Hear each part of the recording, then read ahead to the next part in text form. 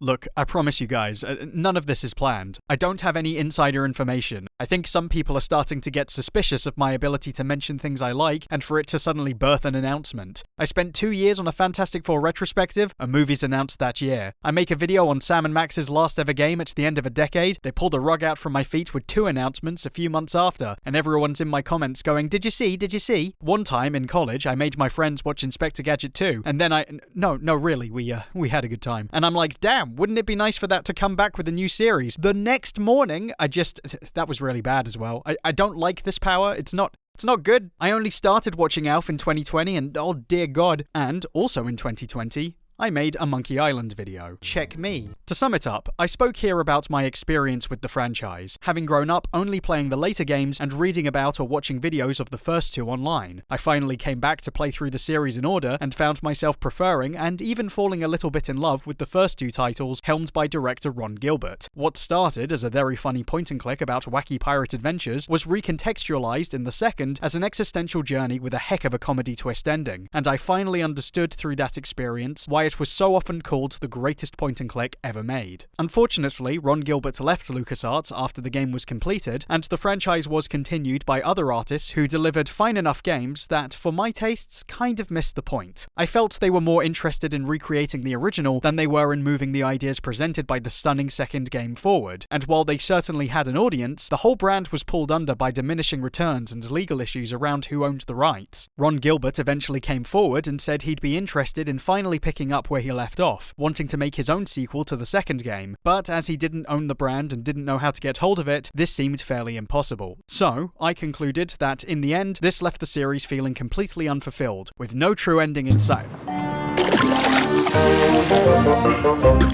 Well, shut my mouth. After all these years, Ron Gilbert is finally the lead of a new Monkey Island game, writing the script alongside fellow Monkey veteran David Grossman, and wouldn't you know it, they began development the same year I put that video out, working quietly through the pandemic with Devolver Digital. While very little else has been revealed, they have told us this is a direct continuation of LeChuck's revenge, circumventing the sequels he didn't create and letting him take control of his baby once more. That's a huge deal. Seriously, I was doing lats at the gym when I found out and had to stop the whole set, and man, you just don't stop a set like that for anything, you know? This isn't like Psychonauts 2. I know Tim Schafer and Double Fine fought some years to get those rights back, but I knew the hurdles were surmountable, and I knew that team had the drive to want to work with that IP again eventually. Was never any doubt I'd live to see a sequel, but Monkey Island was swallowed into the Lucas Disney void, never to be seen again. I honestly didn't think Ron would ever get the chance to play in that sandbox, and it's coming out, what, this year? You want a video of this when it comes out, don't you? Fine, right, put the Desperate Housewives video on hold again. It's exciting news, and I've already had a bunch of messages on my socials and the original video about this. It was cool that people wanted me to know, and even better that they were just as enthusiastic to see it return. I don't think anyone saw this coming. I was struck, however, by the amount of messages referring to this as a return to Ron's original vision, some with an undercurrent of challenge. One of the things I was discussing in that video was that, while there are people who love all the games in the series, there's a clear divide between Ron's originals and everything that came afterwards, and one thing I experienced firsthand was the deep-rooted split between both sides of that fanbase. Some thinking the originals were masterpieces, hoping one day they would get closure on his original intentions, and some thinking the later games, specifically Curse, were more their speed. 2 is still largely considered an all-time great that leaves the player wanting more, but Curse also has a sizable fan base that weren't afraid to speak up about how for them, Monkey 2 was a great disappointment, a game that suggested none of what they enjoyed in the first was real, that it was all possibly a child trying to make sense of a bad situation inside a theme park ride brought to life. I've seen a lot of criticism leveled in particular at Ron Gilbert for actually not having any real ending in mind, with conflicting reports coming even from Ron himself. It's not possible from all of the rumors and hearsay to build a clear enough picture of the original intent with any accuracy. Commenters even went as far as to say that his latest game, another point-and-click throwback called Thimbleweed Park, that also had a divisive ending, proved he shouldn't work on the series ever again. Personally speaking, I quite liked that game and what it was saying, but I've been made much more acutely aware of the arguments, and I can already see Return being used as a stick to beat either side. The people who think the later games aren't the true story need this to be the original vision, and as promised, so they can say, "I told you so," to the doubters and die happy knowing whatever the truth is. But the people who think the original games suck and don't want to overwrite Curse want to hold this to the fire, because if it's anything less than whatever was originally intended, or if it ruins their view of the series, they'll never let it go. Well, friends, I'm about to tell you something very important. You don't need to worry about any of this. We will never get Ron's original vision for Monkey Island 3.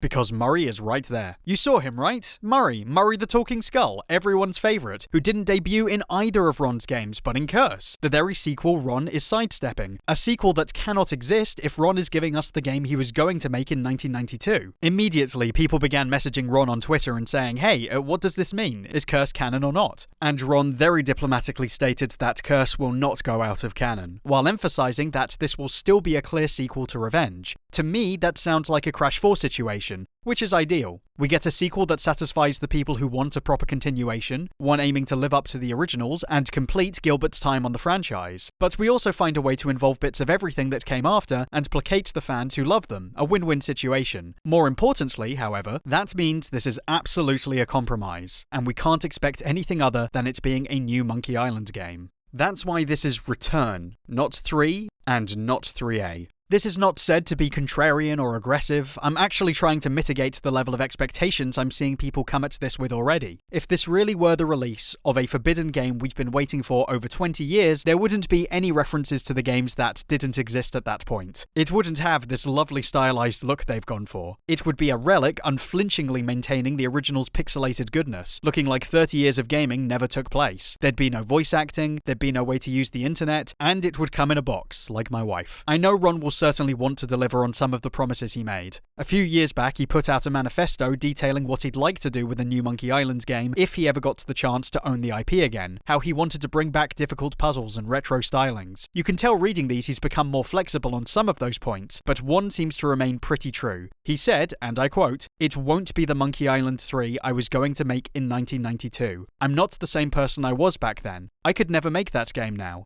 It is lost to time. Hopefully, this one would be better. If you don't believe me, then at least believe him."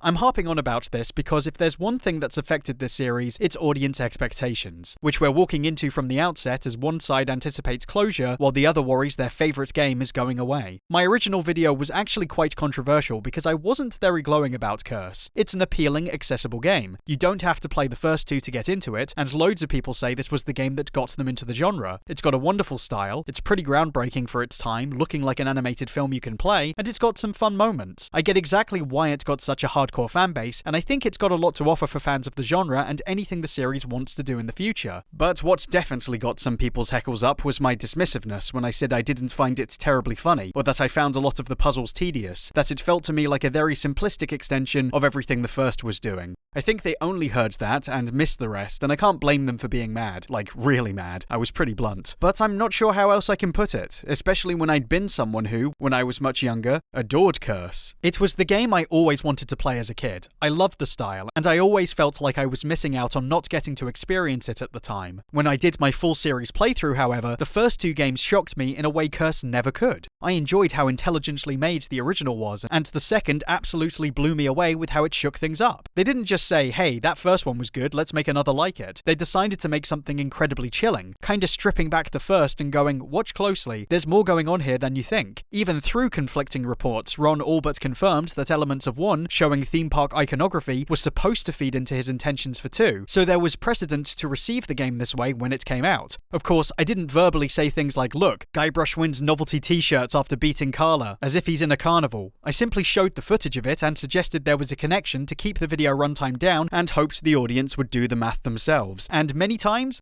they just didn't. Did you see the Swiss Family Robinson tree? It's not just the ending of 2. It's all of 2, guys. All of it. Really?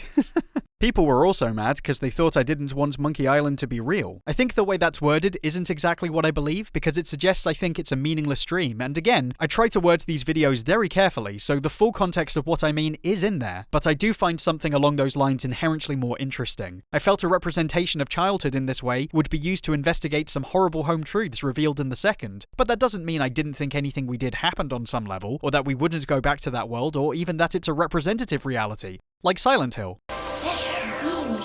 As far as Guybrush is concerned, it is real. And it matters to his journey regardless of its physical presence in reality. That some of you are so against the concept kind of illustrates why I like it so much. Clearly that resistance is true of how people don't want to accept real life and leave the theme park. I think that's a canny observation about the nature of games and the people who play them. The fact we're even talking about it on those terms is what makes it, regardless of the wider context or whatever will come next, something I think they felt was worth doing just for the conversation, and something that lives in my head rent-free forever. And I know it's not just me this had an effect on. Curse goes out of its way to ignore all of that, to explain it away as part of that world's makeup rather than as part of any grander concept, and the realization as I played that there was nothing to really dig into other than the atmosphere felt hollow after finding myself so affected by 2. Curse isn't untalented or unenjoyable, it's just not interested in being anything more than what it is, a fun pirate adventure that looks nice. If that's all you want, great, that's entirely valid. It's what this series started as, but I think there's a lot of other things out there doing that I enjoy, and after 2, it really wasn't enough for me. But Curse fans certainly got what they wanted, and I accept it's now an indelible part of how a lot of people view this series. My take doesn't mean that's what the series should be from now on, and we have no idea if Ron even feels that's what all this is. On that basis, and the fact the later games ran with Curse's setup for quite a while already, I don't think there's any harm in letting Gilbert have another crack at this to see the alternatives. I even had some interactions with a few people who worked on Tales, and they were keen to state they were figuring it out the same way we were. I think all the people who worked on those games you like are just as keen to see what the person who inspired them all to begin with has to say. I know we all agree on 4 being pretty bad, and I mentioned I felt Tales, which had Ron involved as a consultant, had some great stuff going on, even though people seem to be quite hard on it now. But I wasn't there to stroke the ego of Curse fans and tell them the game they already love was good if I didn't feel it. I've never seen any bad words against it in videos online, and I didn't feel it was my job to lie and say I agreed with those to keep up the status quo, so I'm not sure why many of them tried to play victim and claim they were in a minority, when it's the game I always hear people give praise to, and the game that got the most sequels. There is an undeniable divide between the two factions that, having played all the games, I finally understood, and it was important to me to get that across to everyone because it was obviously going to be a big part of anything the franchise did should it ever come back. I don't want them to change their minds about their favourite game, I just want them to understand why people might not share their point of view, and why Ron Gilbert, who started all this,